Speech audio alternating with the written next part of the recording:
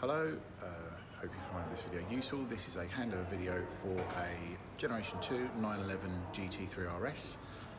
It's the second generation of the 991, so it's a 520 brake horsepower car in crayon with a black interior on a 69 plate. So I hope you find this really useful. If you have any questions, please contact me or drop me any questions in the comments. Starting on the outside of the car, there are two ways of opening the front luggage compartment on the car. You can either do it via the key by pressing and holding that button, or you can do it via the switches on the door shuts on the driver's side. That will open the front luggage compartment, and that will open the rear engine cover. To open up the front luggage compartment, there is a small red catch which you would need to move to the side before pulling up the lid.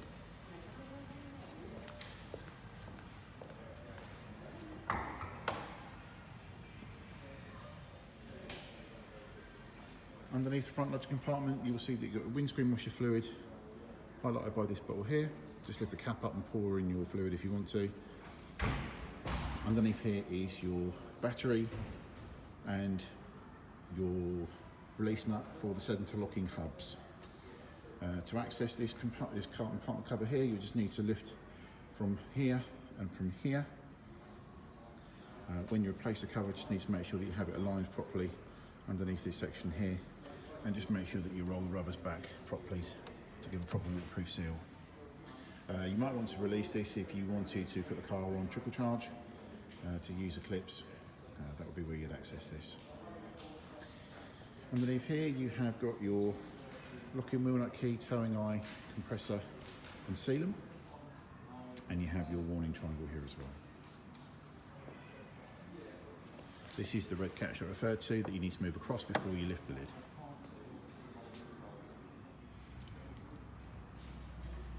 To close the front luggage compartment, close it gently, have a straight arm, put your hand on the badge and give it a firm push.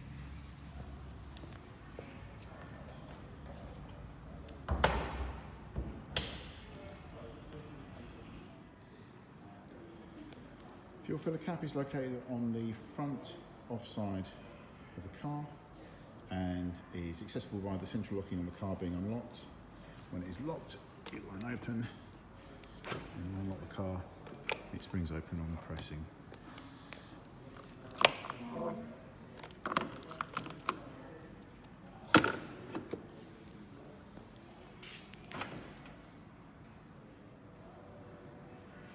On the engine cover of the car, there is no catch to lift, but there is an engine catch to secure it into place, which is located here, and that will hold it up for you. You have your coolant and engine oil on this side. If you need to put some engine oil in, there is a badge over here which shows you might want fully synthetic. To return the rear engine cover back down, just push it down, and then you can release it and it's close securely.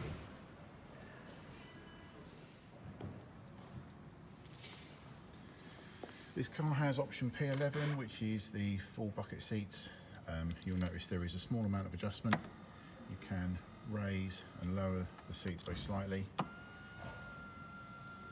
that button, and you'll notice that there you have the lever to move the seat forwards and backwards. That's underneath your left leg. Underneath the steering column you also have adjustment for the steering as well. On the driver's door you'll notice that we have door pulls instead of door catches and door handles.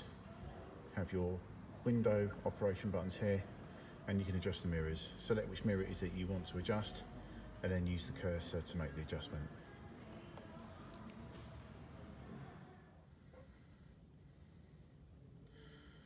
On the instrument vehicle we have a variety of information.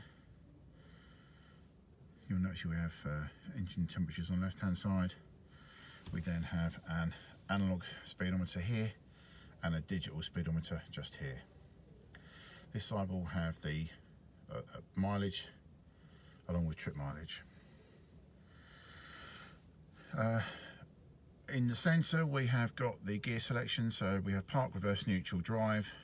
If we want to use it manually, we can move the gear lever across and slip it into manual, and then in the small window here it will tell us which gear we're actually in. To the right hand side here we've got the instrument binnacle, which gives us a variety of information. To your audio, telephone, you have the satellite navigation, which we can change the scroll in and out. We also have the destination input, some trip data, tire pressure monitoring, and back round to temperatures.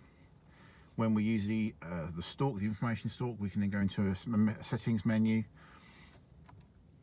We have information on the car. This will give us info on things like if you had a slow puncture, as well as a tire pressure warning light, you'd have a message there. You would also have information if the battery was getting low. A variety of info would appear on there. You also have oil measurement, you have speed limit settings, and then you have general settings here. So we can change the display, the date, temperature, time, lights and visibility. We can also change the way the car locks and unlocks. So we can have all of the doors unlocking, or just the driver's door. We can change volume, units, language, and even car connect. We can put the car into privacy mode if we desired, just by doing like so.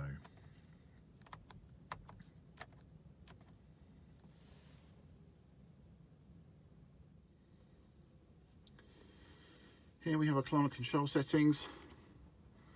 If we had a different style of seats, if we had adaptive sport seats for example, you'd have the option for heated seats, but any bucket seats won't have those. We can adjust the temperature for both sides, here and here. We have the fan speed this side. If we want to be able to have it synced both sides, we can press and hold and it will give us a sync for both sides. I can now adjust the temperature however I want to, and I can obviously adjust the fan speed as well. We have front windscreen demister, air recycling, and rear windscreen. We then also have windscreen face and feet for the air ventilation here. Over this side we have air conditioning on, and then here we have aircon max. So if you got into the car in the middle of summer, say for example, or really hot weather, and you want to flood the car with cold air, press aircon max and it will do exactly that for you. On the centre console here we have a variety of options. Here we have PDK Sport, which will change the mapping on the gear change, making it more responsive. We also have the adaptive suspension, so Porsche Active Suspension Management is here. We have electronic stability control off, and here we have electronic stability control and traction control off. We can separate those if we want to. We also have got a sports exhaust button here, and then we have front axle lift. That will help to raise the nose of the car in the event that we need a little bit more clearance for ascending angles, car parks, sleeping policemen, such like. And then up here we have got the locking for the doors and the hazard warning lights.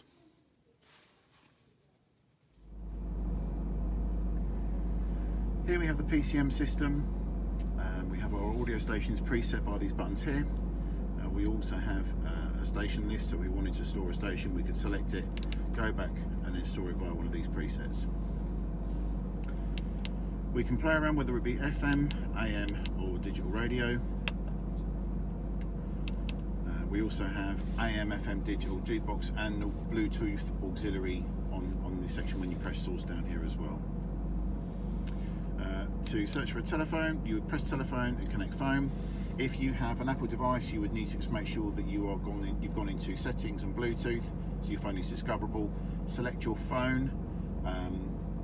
Once you've done that, it will ask you to pair if the pairing code is correct, and then allow your contacts to pair up with the car. Navigation, you would simply press search, enter in the postal code that you want. It will narrow down your choices, select where it is you want to go, and then when you get to map, you would just press start, which would appear here. We have got an approach sensor on the satellite navigation here, so when we move our hand towards the PCM system, it will recognise that and it will bring up a lower menu here, maximising the space that you have on the screen.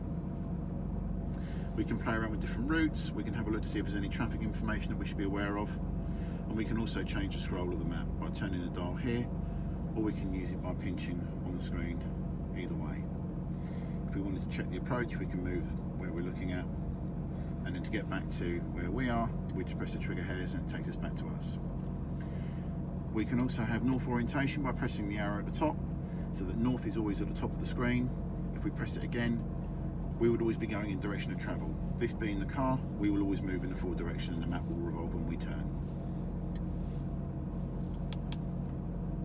When you press car, you've got a little bit of trip data here. You've also got the ability to reference the Sport Chrono, and then you have a number of other settings on there. When you press home, this will bring you through to a general screen, and when you go to apps, this will give you the navigation and infotainment information. So you have info on weather, you have train and flight arrival times. This is a pay-for subscription after the first 2 years. For the first 2 years of ownership, this stuff is free. You would need to access it through your My Porsche portal, and you would need to put the pairing code into the car so the car was aware that you'd done this. You would do that by pressing options down here and then go into Porsche Connect login, create new user and put in your pairing code, which you'd find on your My Porsche portal.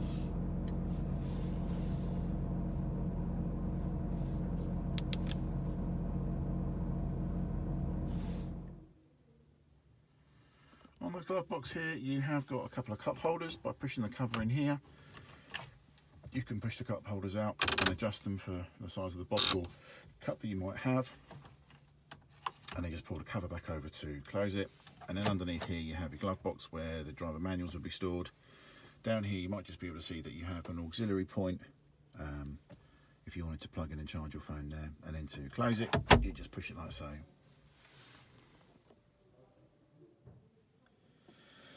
On the centre armrest, to open it, there is a very small button on the side here, which you pull up. Under here you'll notice that you have an auxiliary point, a USB port here. That is how you would connect the car to use Apple CarPlay. This is also a storage tray, which will offer you boost on signal. To close it, just pop it down and clip it in. On the steering column, you have your indicators and main beam on here. You also have voice activation.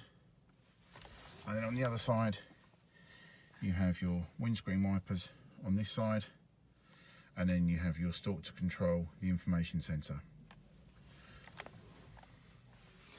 On the dashboard up here you have your Sport Chrono package, or your Sport Chrono clock. This displays the time, but if you have a timing going for on a track day, for example, that will then be recording your time like a normal stopwatch would.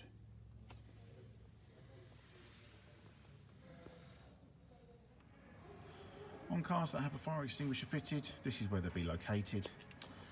You might notice that there isn't a perfect fit for the floor mats when you have the fire extinguisher in. You could cut it around it or put them in first, but there's not a perfect fit once the extinguisher's in. On cars that would have harnesses, they would come through these holes here, tying onto the back of the roll cage. This one hasn't got them fitted, but it has got the crayon interior. The seat belts and stitching, which look rather nice.